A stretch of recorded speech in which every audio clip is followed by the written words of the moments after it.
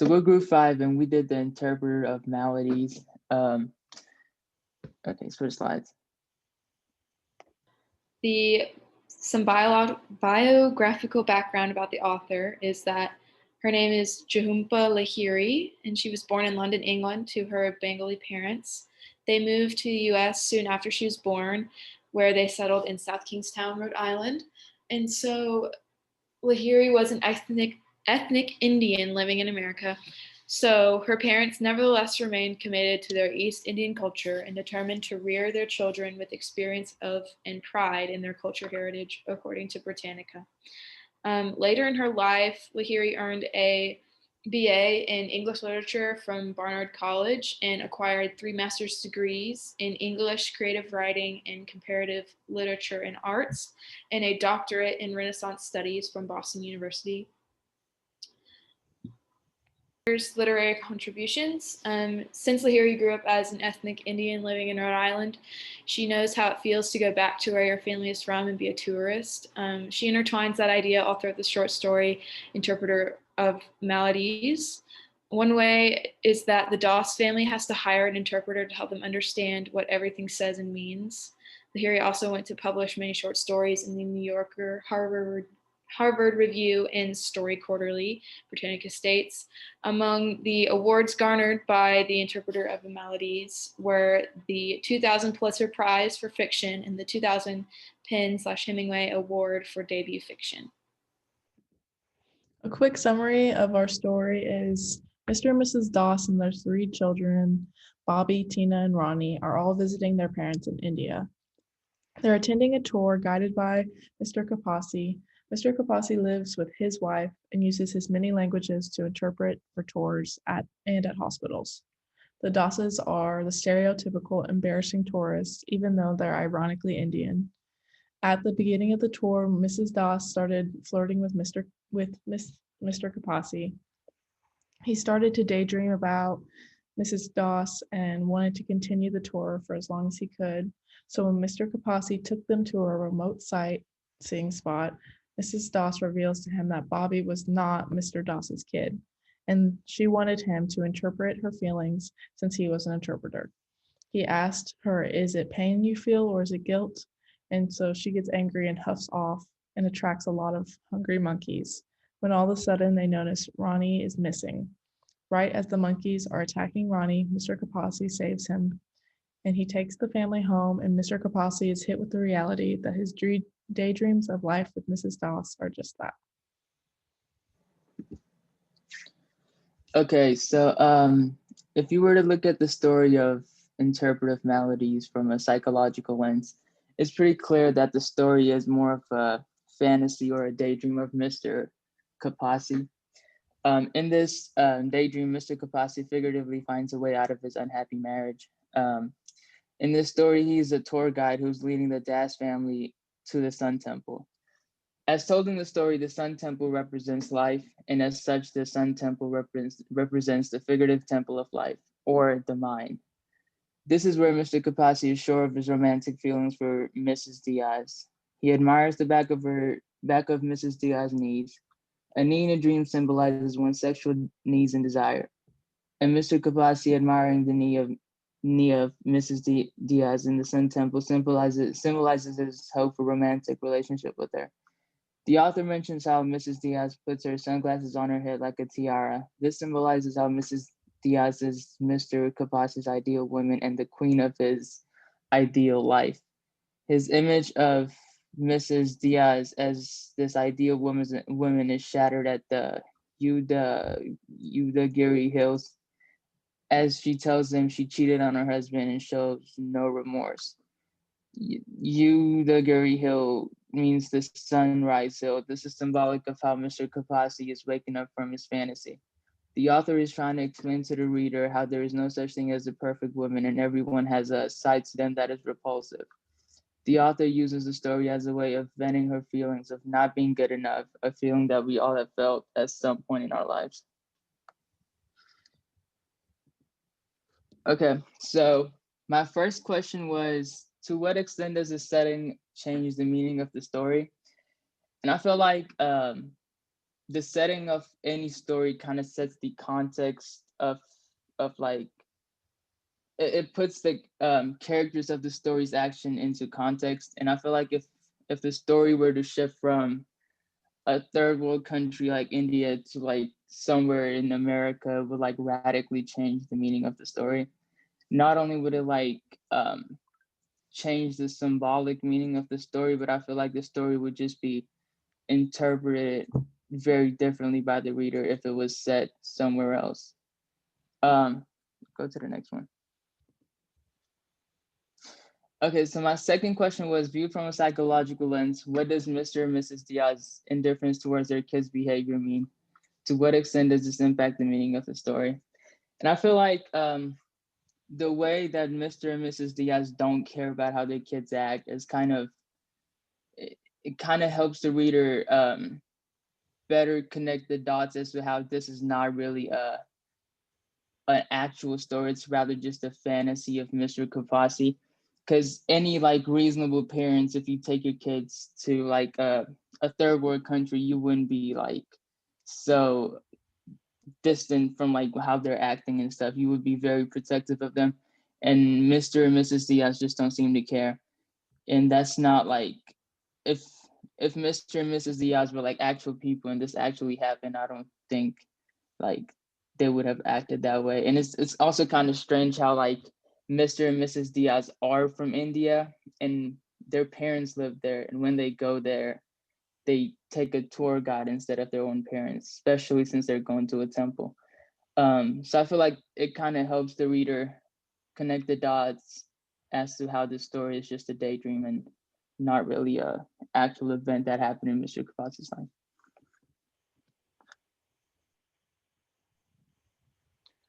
Viewed from the social power and Marcus lens, Mr. and Mrs. Doss are definitely in the middle class.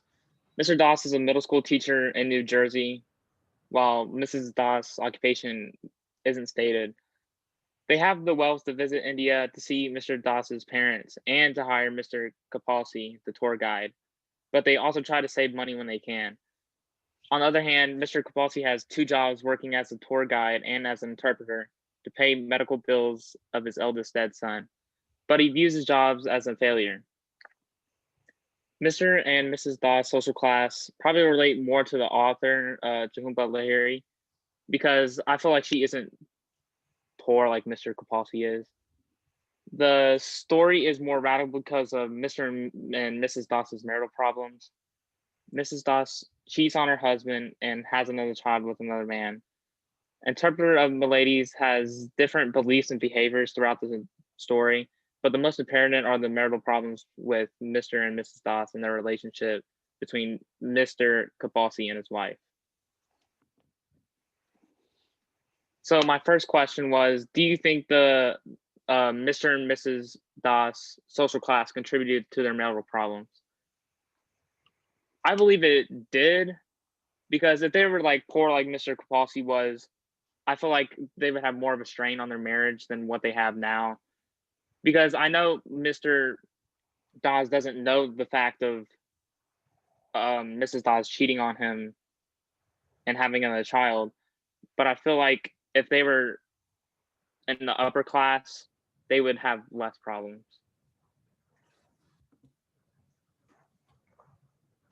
My second question is, do you think the author's social class affected how the story presented?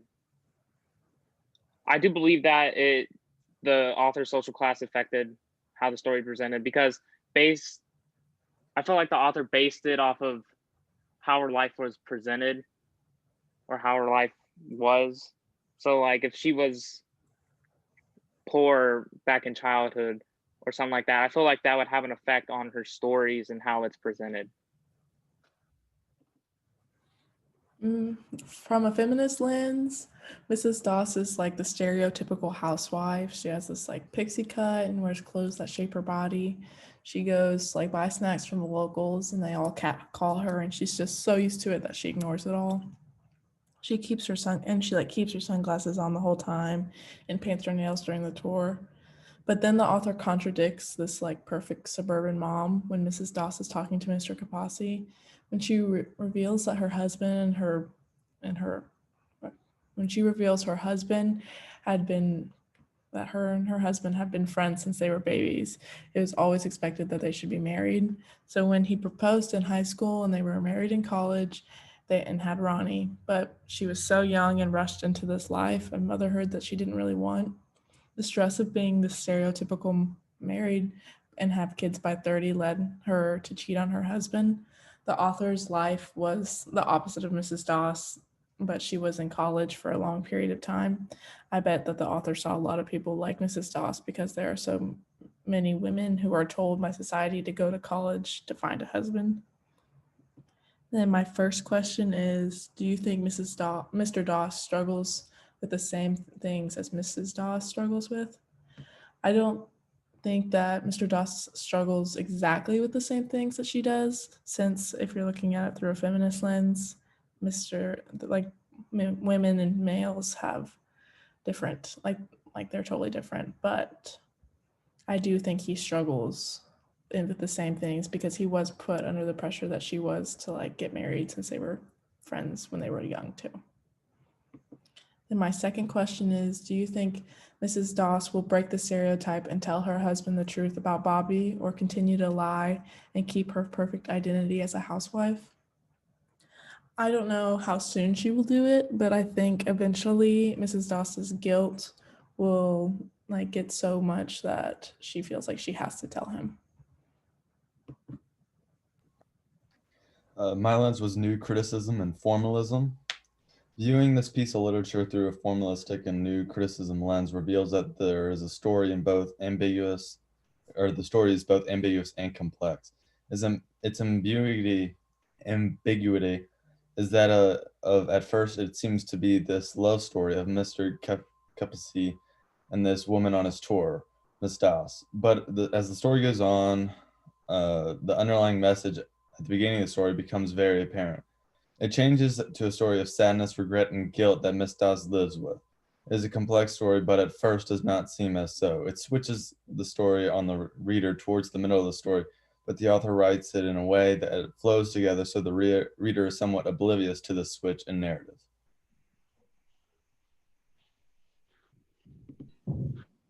My first question is, why does Mr. Capasi feel the need to tell Bobby this secret in this moment after he's been abused by these monkeys and is in shock?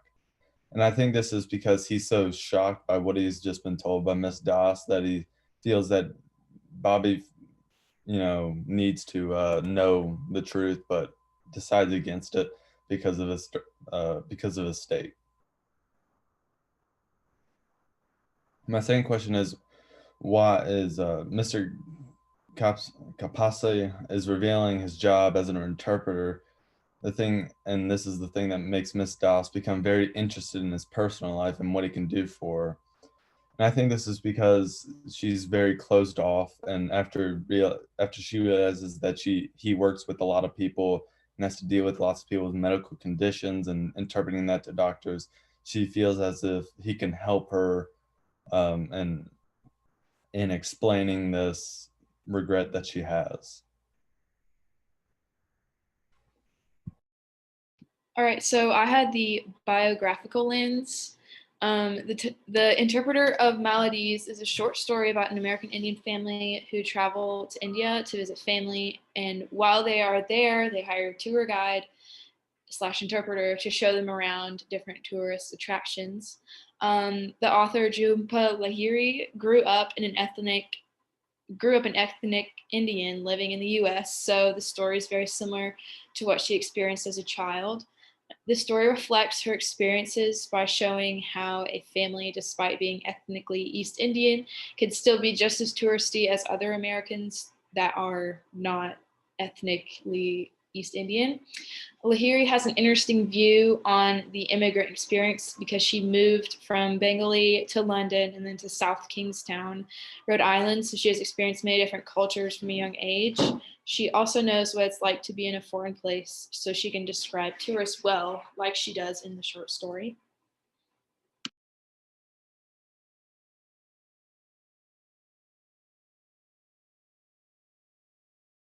So my first question is, if the author came from a different background, how different do you think the story would be? And I think I feel like it would be different because it wouldn't she wouldn't be describing like the things that they do as well. Uh, I feel like definitely they would be traveling to a different place, like the Doss family, and that they would just be like a different family. So my second question is, which character do you think the author resonates with the most and why? I think she resonates the most probably with um, with probably the dad, because he's kind of just there and just absorbing everything that's going on around him while also trying to figure out like what to do and where they're going and all this stuff while everyone else is kind of doing their own thing. I feel like she was like growing up she was just kind of there watching everything and seeing how everyone acted in those type of situations. From an archetypal lens, the text mirrors the tragedy story structure. Mr. and Mrs. Doss are a young couple that have already lost passion for each other. Mr. Doss is not able to see the reality of his situation, always looking at it through his tour guide and camera. Mrs. Doss has fallen out of love with her life and carries a secret with her everywhere. Mr. Kapasi, their tour guide, shows a special interest in Mrs. Doss when she describes what he thought was a thankless job as romantic. Kapasi forms an irrational idea that he will run away with Mrs. Doss someday. His fantasy is crushed when he finds out that Mrs. Doss only interested in his ability to help her relieve her guilt. They both return to their unhappy lives. So some of the character types in this story, Mr. Kapasi would qualify as a lover because he is irrational, naive, and very passionate about Mrs. Doss. Mr. Doss would be the victim because he's unaware that his wife is unfaithful to him. And Mrs. Doss would be a kind of wicked stepmother because she treats Mr. Kapasi well only for her own benefit and she neglects her family. And there's dream logic present in this story as Mr. Kapasi fantasizes about his future with Mrs. Doss, and the outlandish idea makes perfect sense in his head until he is rudely awakened. So my first question is, what is another story or myth that has similar structure and character types?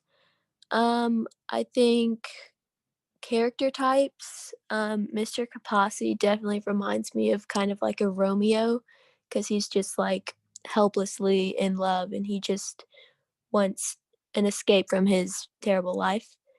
And yeah, and Mrs. Kapasi is kind of like a wicked stepmother because she doesn't treat her family very well. And my second question, what symbols do you see repeated in this story? There's definitely the symbol of the monkeys and how they were attacking Bobby, I think, which is like the son that doesn't have Mr. Doss as a father and Mrs. Doss. So I feel like that's a little bit of a symbol. And then there's a lot of symbolism in like the temples that they visited. Like somebody said earlier, the Sunrise Temple was like Mr. Kapasi's awakening of his dream.